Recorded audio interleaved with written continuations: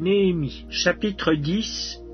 Pour tout cela, nous contractâmes une alliance que nous mîmes par écrit. Et nos chefs, nos lévites et nos sacrificateurs y apposèrent leurs sceaux. Voici ceux qui apposèrent leurs sceaux. Néhémie le gouverneur, fils de Hakalia, Sédécias, Seraja, Azaria, Jérémie, Pashur, Amaria, Malkija, Hatush, Shebania, Maluk, Harim, Merémoth, Abdias, Daniel, Gineton, Baruch, Meshulam, Abijah, Mijamin, Mazia, Bilgaï, Shemaja, sacrificateur. Lévites, Josué, fils d'Azania, Binui, des fils de Henadad, Kadmiel et leurs frères, Shebania, Odija, Kelita, Pelaja, Anan, Miché, Rehob, Achabia, Zakur, Shérébia, Shebania, Odija, Bani, Beninou. Chef du peuple, Paréosh, Pachat Moab, Elam, Zatu, Bani, Buni, Asgad, Bebaï, Adonija, Bigvaï, Adin, Ater, Ézéchias, Azur, Odija, Ashum, Betsaï, Arif,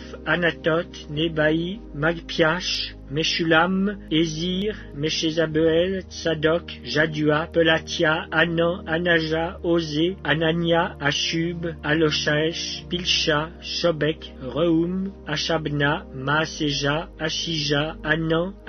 Maluk, Harim, Baana. Le reste du peuple, les sacrificateurs, les lévites, les portiers, les chantres, les nétiniens et tous ceux qui s'étaient séparés des peuples étrangers pour suivre la loi de Dieu, leurs femmes, leurs fils et leurs filles, tous ceux qui étaient capables de connaissance et d'intelligence, se joignirent à leurs frères les plus considérables d'entre eux. Ils promirent avec serment et jurèrent de marcher dans la loi de Dieu donnée par Moïse, serviteur de Dieu, d'observer et de mettre en pratique tous les commandements de l'Éternel, notre Seigneur, ses ordonnances et ses lois. Nous promîmes de ne pas donner nos filles au peuple du pays et de ne pas prendre leurs filles pour nos fils, de ne rien acheter le jour du sabbat et les jours de fête des peuples du pays qui apporteraient à vendre le jour du sabbat des marchandises ou denrées quelconques, et de faire relâche la 7e année en exigeant le paiement d'aucune dette. Nous nous imposâmes aussi des ordonnances qui nous obligeaient à donner 1/3 de cycle par année pour le service de la maison de notre Dieu, pour les pains de proposition, pour l'offrande perpétuelle, pour l'holocauste perpétuel des sabbats, des nouvelles lunes et des fêtes, pour les choses consacrées, pour les sacrifices d'expiation en faveur d'Israël, et pour tout ce qui se fait dans la maison de notre Dieu. Nous tirâmes au sort, sacrificateurs, lévites et peuples, au sujet du bois qu'on devait chaque année apporter en offrande à la maison de notre Dieu, selon nos maisons paternelles, à des époques fixes, pour qu'il fût brûlé sur l'autel de l'Éternel, notre Dieu, comme il est écrit dans la loi. Nous résolûmes d'apporter chaque année à la maison de l'Éternel les prémices de notre sol et les prémices de tous les fruits de tous les arbres,